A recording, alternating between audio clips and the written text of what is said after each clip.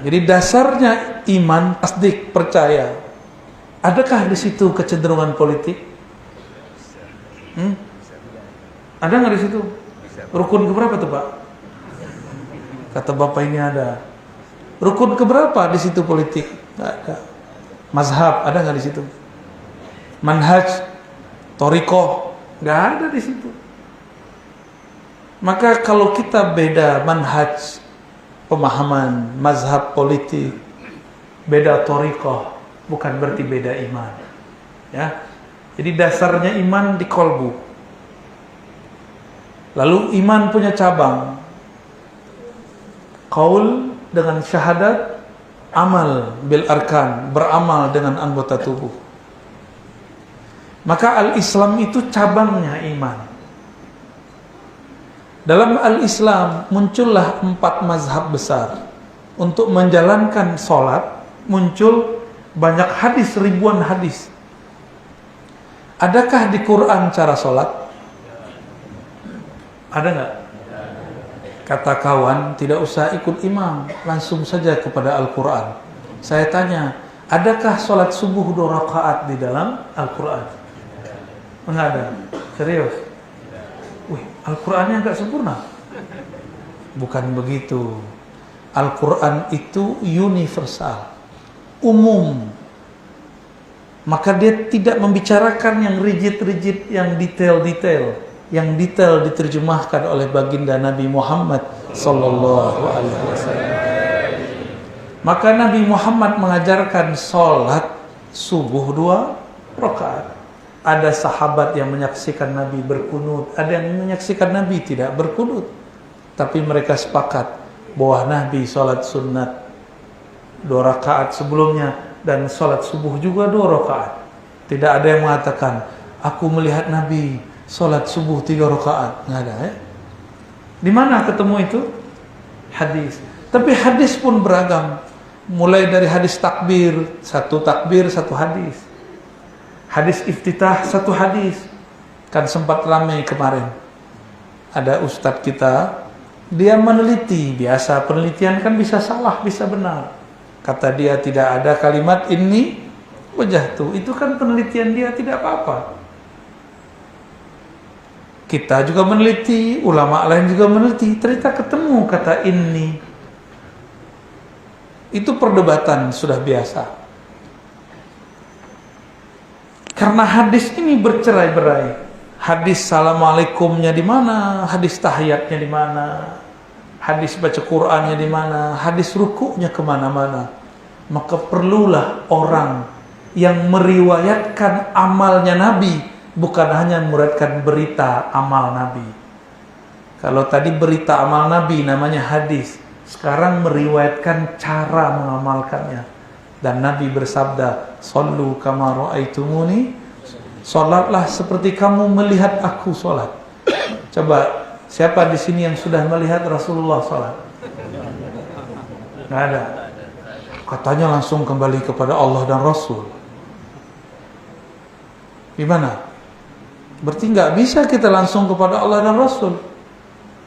Imam Syu'bah itu menyebutkan orang yang mengatakan Nabi bersabda tanpa pakai sanad, tanpa mengatakan dari fulan, dari fulan, dari fulan. Apa kata dia? Kazub, Anda pembohong besar. Bukan lagi kazab, kazub, pembohong yang besar. Maka mustahil hari ini kita baca hadis tanpa lewat imam. Bedakan imam hadis dengan fikih. Imam hadis, hadis artinya berita. Dia cuma mengumpulkan berita. Dia menjamak, mengkompilasi berita. Kalau imam fikih, dia tahu cara meramu berita, mana yang sahih, mana yang tepat. Jadilah itu sebuah mazhab. Maka mazhab itu bukan buatan imam. Mazhab itu adalah riwayat amalan Rasulullah sallallahu alaihi wasallam. Maka jangan heran ada hadis yang dhaif secara ahli riwayat, tapi sahih secara fuqaha. Ahli fikih bilang ini sahih. Dan itu banyak. Saya sudah kumpulkan lebih dari 100 persoalan. Yang sering kita contohkan dahulu, mungkin Bapak Ibu pernah mendengarkan kajian ini lewat Thariqat YouTubiyah. Ya, jamaah YouTube ya. Mursyidnya Syekh Al-Yutubi. Karena mursyidnya Syekh Al-Yutubi banyaklah cocok logi. Belum selesai satu video ganti video yang baru. Itulah nasib Thariqah Al-Yutubiyah. Belum selesai ngaji kepada seorang syekh, sudah pindah kepada syekh yang lain. Akhirnya tidak pernah khatam ngaji satu bab. Nasib murid-murid Al-Yutubiyah. Saya pernah menyampaikan dulu di Riau, udah lama Pak, sebelum pandemi. Ada satu hadis dhaif menurut ahli hadis. Tapi ahli hadis ini mengerti fikih.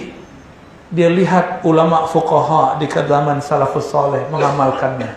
Maka dia mengganti dan meneliti. Ada beberapa hal yang kemudian dijelaskan. Amal ini dipakai oleh salafus saleh. Meskipun hadisnya dhaif, hadisnya menjadi sahih. Ada kaidah begitu. Hanya ahli fikih, ahli hadis yang tahu. Kalau cuma ahli hadas tidak bakal tahu. Apa itu? Hadis mengenai mengazankan maulud, mengazankan bayi baru lahir. Hadisnya ada dua rawi, dua pengkhabar di situ, orang yang bermasalah. Tapi Imam Tirmizi di Kitabul Aqiqah mengatakan hadisun hasanun sahih. Hadis yang hasan plus sahih. Hadis ini diriwayatkan oleh Imam Tirmizi, murid terbaik Bukhari yang wafat tahun 279 zaman salafus saleh. Apa kata dia? Ahlul ilmi di kalangan salaf mengamalkannya. Karena dia dari salaf, jika disebut ahlul ilmi berarti kalangan salaf. Bukankah kawan kita di sana ada kaidah? Lau kana khairan lasabaquna. Kalau baik tentu mereka sudah duluan. Ini mereka sudah duluan, masih saja ente bilang bid'ah. Maka cara meramu hadis sesuai dengan padanan Rasulullah yang mengerti cuma ahli fiqih. Cuma ahli fiqih. Maka wajib orang yang belajar fikih, belajar mazhab fikih. Karena ahli hadis periwayat kalam fi'il Nabi. Ahli fikih periwayat amal Nabi dan amal salafus saleh. Setelah dua pertanyaan itu, muncullah pertanyaan ketiga dan keempat. Pertanyaan ketiga, ya Muhammad, mal ihsan. Kalau tadi akhbirni, sekarang langsung mal ihsan. Apakah hakikat ihsan? Tadi ayat yang saya baca di rakaat kedua. Wa wassaynal insana biwalidayhi ihsana. Apa arti ihsan? Nabi terjemahkan ihsan bukan secara harfiah. Ihsan secara harfiah, ahsana yuhsinu ihsana. Artinya membaguskan sesuatu. Tapi Nabi tidak terjemahkan itu. Nabi menerjemahkan secara maknawi. Inilah dasar ilmu istilahi. Jadi kalau menerjemah sesuatu tidak boleh terjemah makna harfiah, harus terjemah istilah. Salat secara harfiah berarti doa. Apakah orang berdoa sudah salat? Belum. Belum ya? Benar. Selamat dari liberal ya. Nabi mengatakan anta'budallah ka'annaka tarah. Engkau beribadah seakan memandangnya. Sedangkan di Quran dikatakan la tudrikul absar. Tidak ada pandangan yang dapat mencakupnya. Sekarang Rasulullah mengatakan engkau ibadah seakan memandangnya. Ternyata ada kata kunci, ka'annaka tara. Seakan engkau memandangnya. Rasanya kita yang pandang, sebenarnya dialah yang memandang. Siapa yang sanggup memandang Allah? Mataharinya pun kita tidak sanggup lihat, apalagi yang menciptakan matahari. Rasulullah tidak sanggup dilihat oleh Abu Bakar, apalagi Abu Bakar memandang Rabbu Rasulullah, Tuhannya Rasulullah sallallahu alaihi wasallam. Jangan dikira Nabi Muhammad itu ketika Mi'raj terus pandang-pandang dengan Allah. Bukan begitu. Dalam hadis yang sahih Rasulullah ketika naik ke aras itu sujud kharra sajida. Beliau tersungkur bersujud di puncak aras. Itulah liqa ma Allah, bertemu dengan Allah Subhanahu wa taala.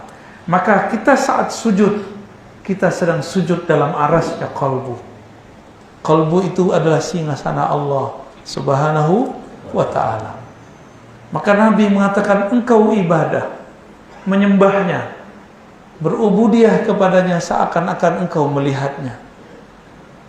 Tapi mungkinkah kita melihatnya? Yang ada dialah yang melihat kita. Yaraka, ya, hina takum, dialah sebenarnya melihat engkau ketika engkau berdiri. Maka di saat itu lenyaplah pandang hamba dalam pandang Allah Subhanahu wa ta'ala. Tiadalah memandang kecuali dia. Fa in lam takun tarah, jika engkau tidak hamba, fa in tarak, yakin. Abu Hurairah juga riwayatkan hadis yang sama. Dia riwayatkan dengan kalam yang lebih umum. Apa kata beliau? Anta'mal ka'annaka tarah. Engkau bekerja akan engkau melihatnya. Ini cocok untuk para pegawai, para pedagang, orang-orang yang bekerja, baik kerja dunia atau kerja agama. Engkau bekerja anta'mala ka'annaka tara. Engkau bekerja seakan melihatnya. Jika tidak, maka merasa dilihatnya. Jika seseorang merasa dilihat, diperhatikan lewat CCTV, mungkinkah dia bermain-main dalam bekerja? Jika seseorang merasa diperhatikan dalam sholatnya, mungkinkah kolbunya iltifat, berpaling pada selain Allah? Allah memandang bukan zahir. Ketika kita sholat, Allah tidak pandang rida kita ini. Allah tidak pandang kopiah kita. Allah tidak pandang gamis sarung kita. Yang dipandang adalah qalbu. Yanzuru ila qulubikum. Inilah yang disebut muraqabah. Merasa intai mengintai dengan Allah. Pernahkah jatuh cinta? Pernah jatuh cinta? Atau jatuh cinta lagi? Kambuh katanya Pak Kiai. Puber yang terlambat. Kalau kita dulu waktu sekolah atau waktu masih muda jatuh cinta dengan orang yang di sudut sana, maka kita pandang memandang dengannya. Tapi kalau beradu mata, mata kita tidak sanggup melihatnya, jantung terasa mau copot. Benar? Dada berdesir, langit kayaknya mau runtuh. Padahal yang runtuh itu jenggot kita, Pak. Kita yang miler. Akhirnya sebelum masuk kelas, sebelum datang ke tempat itu, kita rapikan baju, kita rapikan muka, kita perbaiki tutup kepala. Padahal muka yang diusap tidak pernah bertambah gagah, tidak pernah bertambah cantik. Tapi itu cara untuk membangun kepercayaan diri. Rambut digini-giniin, Pak. Padahal itu tidak pernah merubah cantik. Jilbabnya, padahal itu tidak pernah menambah kecantikan. Tapi itu cara gimmick supaya muncul rasa percaya diri, merasa dipandang. Jika kita hendak dipandang sang kekasih, merapikan baju, merapikan apa yang akan dipandangnya. Bahkan beberapa bapak ibu ini ada yang memasang cat di mukanya supaya terlihat mukanya putih. Cat dari Korea, SK2, supaya terlihat cakep. Ada pelapis dalamnya, ada pelapis luarnya.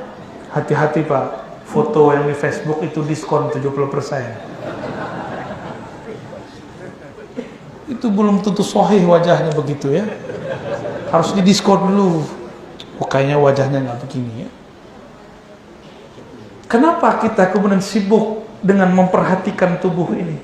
Baju, pakaian, karena hendak dipandang oleh orang.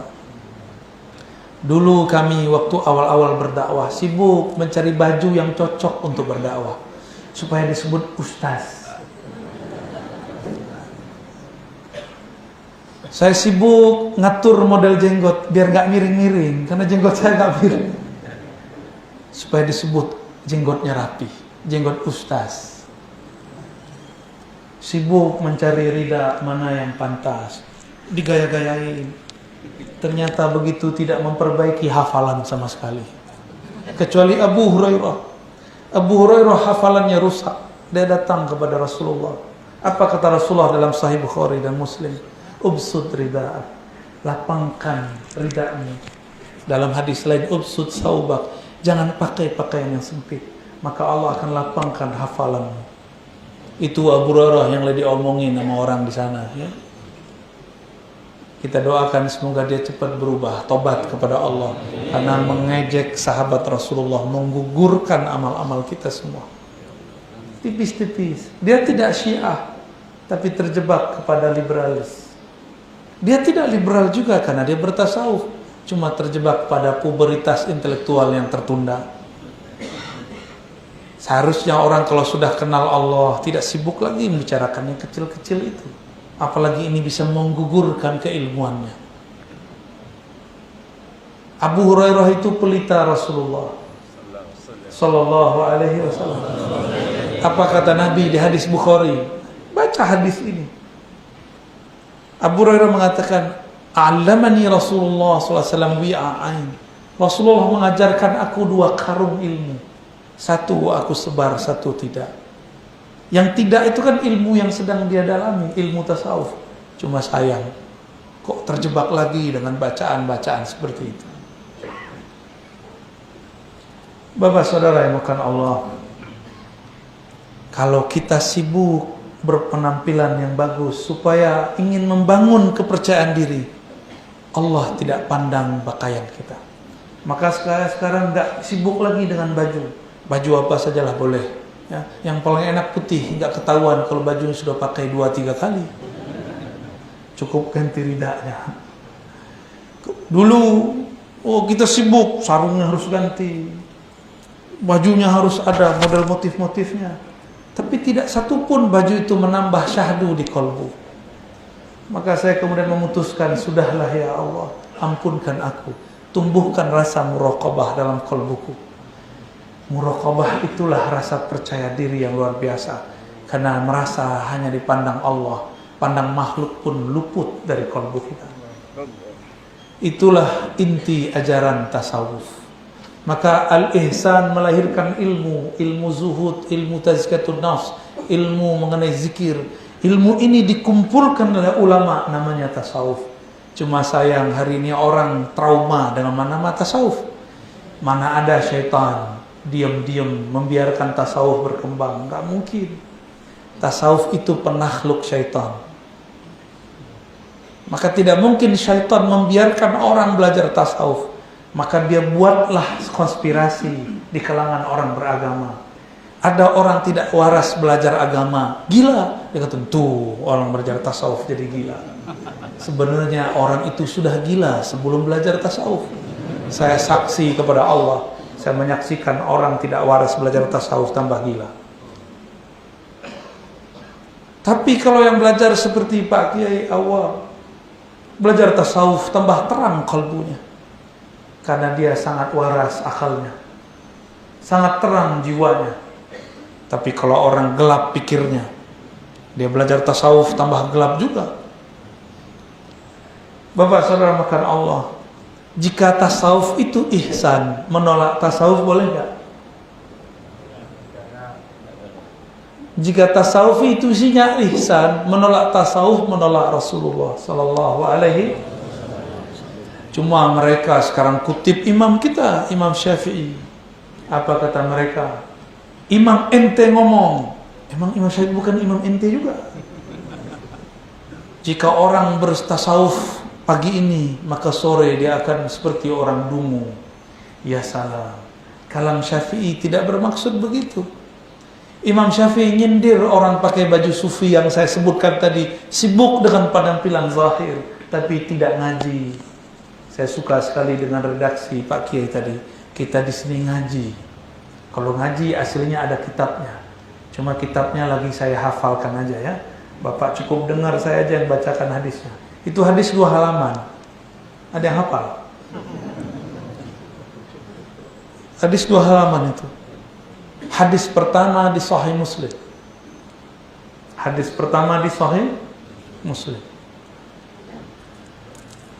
Dari al-ihsan ini muncullah ilmu tasawuf. Dari tasawuf muncullah namanya thariqah. Dari thariqah adalah mursyid, adalah murid, adalah cara zikir, adalah cara suluk, adalah cara kita berubudiyah kepada Allah supaya qalbu lebih terkoneksi kepadanya. Jika fikih merasa dipandang zahir kita, sedangkan iman merasa memandang dengan akal kita, sedangkan ihsan merasa memandang dengan ruh, dari kolbu masuk ke dalam ruh. Oleh karena itu tasawuf sulusuddin, tasawuf itu sepertiga atau rubu'uddin, seperempat agama. Ingkar tasawuf, ingkar seperempat. Cuma kalau ada orang sana anti tasawuf, kita maklumi. Mungkin tasawuf dia tasawuf palsu. Dia buat definisi tasawuf sendiri. Tasawuf itu Rasulullah lah yang pertama mengajarkan. Inilah kalam pertamanya. Anta'budallah ka'annaka tarah. Engkau ibadah seakan memandangnya. Bukankah ini puncak dari beragama? Benar nggak? Berarti orang anti tasawuf tidak akan pernah sampai kepada puncak berubudiyah. Dia sibuk di urusan kaki jingkrang dan tidak jingkrang. Sibuk masalah tasbih. Ini bid'ah atau tidak? Bid'ah. Padahal Abu Hurairah pakai tasbih ini cuma 100. Abu Hurairah tasbihnya 2000. Bid'ah nggak?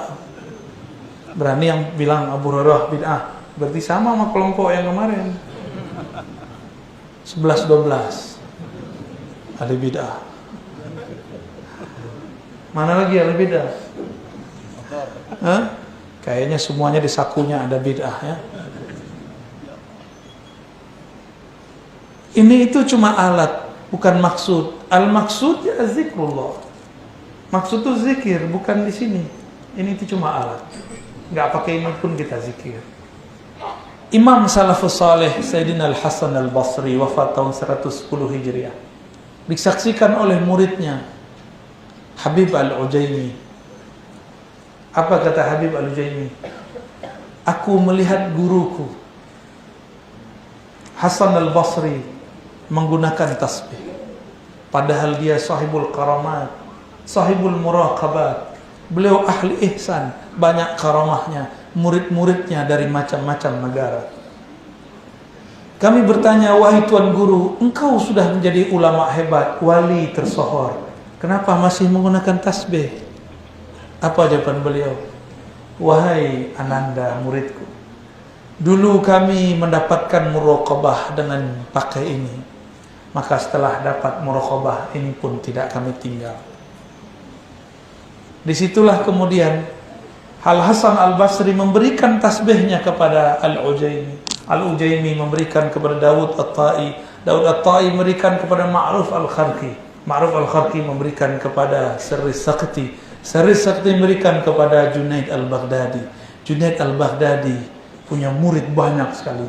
Ada Shibli, ada Hallaj, ada imam kita dalam akidah Abul Hasan Al-Asy'ari. Makanya akidah yang paling pas untuk orang-orang yang ingin wusul kepada Allah, akidah Asy'ariyah. Kenapa? Beliau telah menyampaikan kaidah-kaidah akidah yang sesuai dengan salafus saleh. Lalu orang ini bertanya lagi, mata sa'ah, kapan terjadi kiamat? Nah, karena ilmu ini sekarang lagi ramai, ilmu cucoklogi. Apa jawaban Nabi? Mal mas'ul anha bi'a'lama minas sa'i. Tidaklah yang ditanya lebih mengerti daripada yang bertanya. Kita sama-sama tidak tahu rahasia kapan terjadi kiamat. Kiamat dalam bahasa Arab disebut sa'ah. Sa'ah artinya time, waktu. Kapan waktu terjadi kerusakan alam semesta terjadi? Jawaban Nabi, aku yang engkau tanya tidak lebih tahu daripada engkau yang bertanya. Rasulullah itu sebenarnya lebih tahu daripada yang bertanya. Yang lebih alim Nabi Muhammad atau Jibril? Lebih mulia Nabi Muhammad atau Jibril? Tahu dari mana? Terbid'ah lagi. Mana dalil? Gak usah pakai dalil macam-macam. Waktu Mi'raj, siapa yang tembus ke aras? Jibril tidak dapat izin menembus arasnya. Berarti yang lebih tinggi siapa? Jadi Nabi ngomong begini bukan berarti Nabi tidak tahu. Nabi belum dikasih tahu. Jibril pun tidak dikasih tahu. Tapi Sayyidina Jibril mengatakan, ya sudah, akhbirna Fatihah. Ciri-cirinya apa? Dikejar terus oleh Sayyidina Jibril. Dijawab oleh Nabi dengan ciri-ciri terjadi sebelum kiamat. Disebut dengan alamat sughra. Antalidal amatu rabbataha. Ketika seorang tuan terlahir, ya, seorang ibu melahirkan tuannya, antalidal amah ibu atau budak perempuan melahirkan rabbataha, tuannya. Dulu kalau ada budak perempuan digauli oleh suami, oleh tuannya, lahir anaknya menjadi tuannya. Itu dulu. Kalau sekarang lain, anak-anak sekarang semena-mena kepada ibunya. Itulah antalidal amatu rabbataha. Lalu yang kedua apa? Wa antaral huffata al-urata alata. Engkau melihat ada orang-orang yang miskin, kismin, atau kismin, miskin 101%. Ra'yul ghanam kerjanya, ya, itu menunjukkan strata paling biasa di Arab. Dia pengembala domba. Kerjanya itu. Ya tatawaluna fil bunyan. Dia nyeker tapi bisa bolak-balik masuk bunyan, gedong. Sekarang kita sebut mall. Sekarang mall itu ada di handphone, ya. Bener gak? Ada namanya mall apa gitu ya. Banyak tuh yang antum sebut tuh jadi iklan dar tuh. Nabi mengabarkan di hadis yang lain, nanti di akhir zaman pasar-pasar sepi. Kenapa sepi? Sekarang sudah mulai sepi? Karena semua orang punya pasar sendiri. Maka bagi para pedagang, jangan masuk buat gedung yang tinggi-tinggi. Buatlah ruang yang bagus-bagus di handphone, ya. Itu baru cuma ciri-ciri kiamat. Berdasarkan ini muncullah ilmu, namanya ilmu akhir zaman. Kaedahnya dua. Satu, tidak boleh tebak-tebakan. Yang kedua, hanya Allah yang tahu kapan terjadi. Tapi kalau sekarang orang mulai tebak-tebakan gimana? Berarti ilmunya tentang akhir zaman salah, keliru. Yang maksa-maksa tahun sekian akan muncul Mahdi berdibaiat di Mekah. Sekarang dia sudah kowar-kowar di YouTube. Masa Mahdi ngomong-ngomong di YouTube? Ketemu Yahudi, digorok sama Yahudi. Jangankan Mahdi, intelijen, orang intel, pangkat kolonel, punya rahasia negara, diburu. Apalagi intel langit bernama Al-Mahdi, pasti diburu. Gak mungkin Al-Mahdi kowar-kowar di YouTube. Ngaku-ngaku jadi Satrio Penenget, ya. Satrio Penenget udah ada dulu, 8 orang mungkin lebih, ya. Itu mas Satrio Penenget. Ngaku-ngaku menjadi Ratu Adil, ngaku-ngaku jadi Al-Mahdi. Dan itu ternyata banyak di Indonesia. Saya didatangi beberapa mereka, saya kaget juga. Ente Al-Mahdi? Modal cuma jidat lebar, hidung mancung sedikit. Lebih mancung Pak Kiai kita. Tapi dia dengan tawadhu langsung mengatakan, ana lastu minal habaib. Saya bukan habaib. Padahal hidungnya meyakinkan sekali itu. Jidatnya juga lebar. Tapi tidak ngaku Al-Mahdi. Alhamdulillah. Banyak hari ini yang ngaku. Saya lihat ternyata orang mulai stres. Ketika virus berkembang, orang lagi cari tempat untuk mencari keselamatan. Ini baru satu virus, dua virus. Nanti kalau datang lagi virus, karena kata WHO virusnya ada 6. WHO virusnya ada 6. Siap-siap tegang ya. Sisa berapa lagi? Habis 2. 4 lagi, Pak. Nanti tambah banyak yang mengaku Al-Mahdi. Saya akan selamatkan umat manusia. Dia aja nggak selamat besok kena COVID.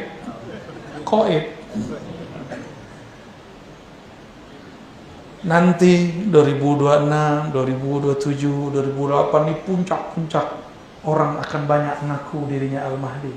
Siap-siap untuk menolaknya ya.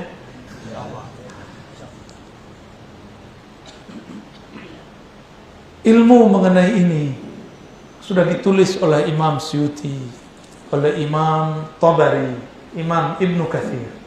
Insya Allah kalau umur panjang nanti kita buat pembahasan Man huwal Mahdi.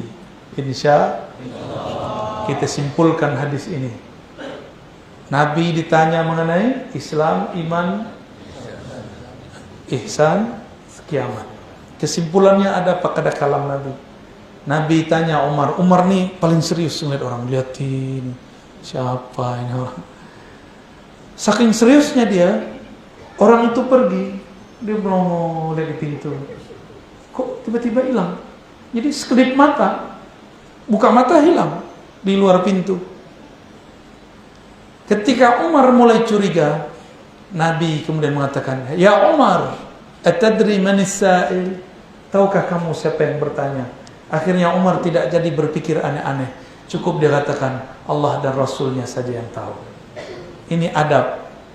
Ini adab kalau di hadapan guru. Tidak boleh show up, sok-sok alim di depan guru. Kecuali lagi ujian. Umar bukan lagi diuji. Umar lagi dialihkan Rasulullah. Apa kata Nabi? Zalika Jibril. Itu adalah Jibril kawanku. Ja'akum liyu'allimakum dinakum. Inilah kesimpulannya. Datang kepada kalian mengajarkan din kalian. Apa arti din? Agama. Dulu orang Melayu lama sebut ugama ya. Agama berarti ada 4 pilarnya. 1/4 pada fikih muncullah mazhab al-Islam. Maka ketika orang ingin al-Islam berfikih wajib bermazhab. Masjid Syaiful Islam mazhabnya apa? Yakin? Serius? Alhamdulillah nyambung kepada Rasulullah. Yang kedua, akidah. Akidah di sini akidah apa? Ahlussunnah, riwayat Imam Asy'ari. Riwayat harus ada periwayatnya, nggak boleh langsung bilang kalam Allah, kalam Rasul. Kita kan nggak ketemu dengan Rasul. Dan yang ketiga, bertasawuf nggak? Bertasawuf. Zikirnya ada tekniknya nggak? Ada. Itu namanya thariqah. Thariqah itu jalan, jangan lama-lama di jalan. Ujung jalan adalah hakikat. Hakikat itu artinya ilmu yang mengantarkan kepada yakin. Yakin kalau sempurna namanya ma'rifat. Itulah ma'rifat, engkau memandang dalam salatmu, tapi tiadalah engkau memandang kecuali dialah yang memberikan pandangannya. Jadi ma'rifat itulah al-ihsan. Kalau boleh kita terjemah, al-ihsan ma'rifatullah. Ihsan itu adalah ma'rifatullah. Ulama kita dulu mengatakan awwaluddin ma'rifatullah. Dan 1/4 terakhir, jika ingin sempurna agama, harus mengerti ahwal akhir zaman. Akhir zaman ini akan banyak yang mengaku dirinya kelompok Al-Badar. Al-Badr ditandai dengan gerakan 313 wali-wali kutub. Nanti akan banyak tuh tentara Al-Badr. Al-Badr, Al-Badr. Akan banyak nanti. Hati-hati. Ini semua ada yang asli, ada yang tidak asli. Akan ada yang ngaku wali, dia bukan wali. Dia ngaku Mahdi, ternyata dia Dajjal. Ini zamannya. Maka jangan hanya berhenti pada ilmu thariqah. Harus mulai belajar ilmu akhir zaman. Saya pun baru faham 2 tahun ini ketika diberi Allah hadiah corona. Maka saya bersyukur ada corona. Karena saya mengerti ilmu ma'rifat akhir zaman. Inilah awalnya. Ya. Kalau Bapak Ibu umur panjang akan faham apa yang saya maksud.